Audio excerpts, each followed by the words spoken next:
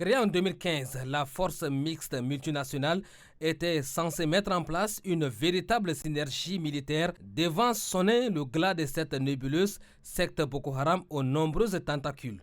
L'engagement premier des pays membres était d'arriver au bout de Boko Haram avec la conjugaison d'efforts et de moyens.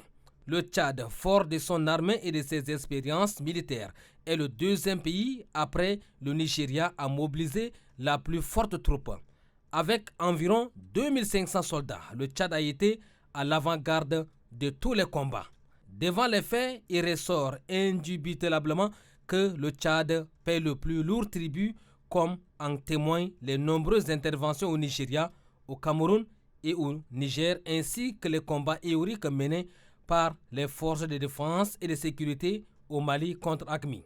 Ce drame que la communauté vit actuellement est collectif. Boko Haram rampe dans les pays concernés et y sème les germes affreux de chaos et de désolation. Si l'on veut réellement en venir à bout, la force mixte multinationale se doit d'être proactive et les réponses qu'elle apporte doivent être concentrées et mutuelles. Sinon, aussi longtemps que cette force existera, elle ne pourra remplir sa mission.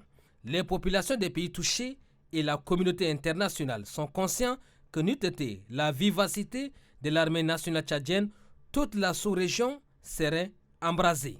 C'est donc à ce juste titre que les pays membres doivent fier chandelle à notre pays qui continue à faire des sacrifices suprêmes pour terrer les terroristes dans leur cachotterie.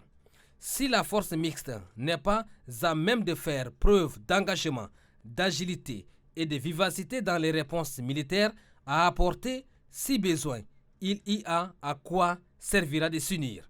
N'est-ce pas qu'il vaut mieux que chacun défende sa chapelle? De toutes les façons, le Tchad s'en sort si bien déjà.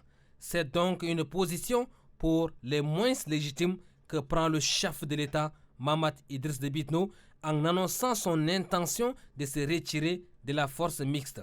Le Tchad n'aura donc pas à perdre si, de tout temps, il s'en est défendu seul. De toutes les manières, l'histoire a toujours réécrit les frais héroïques du peuple tchadien à ces moments sombres de guerre.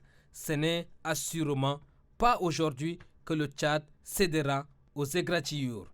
Il restera donc debout et éternel.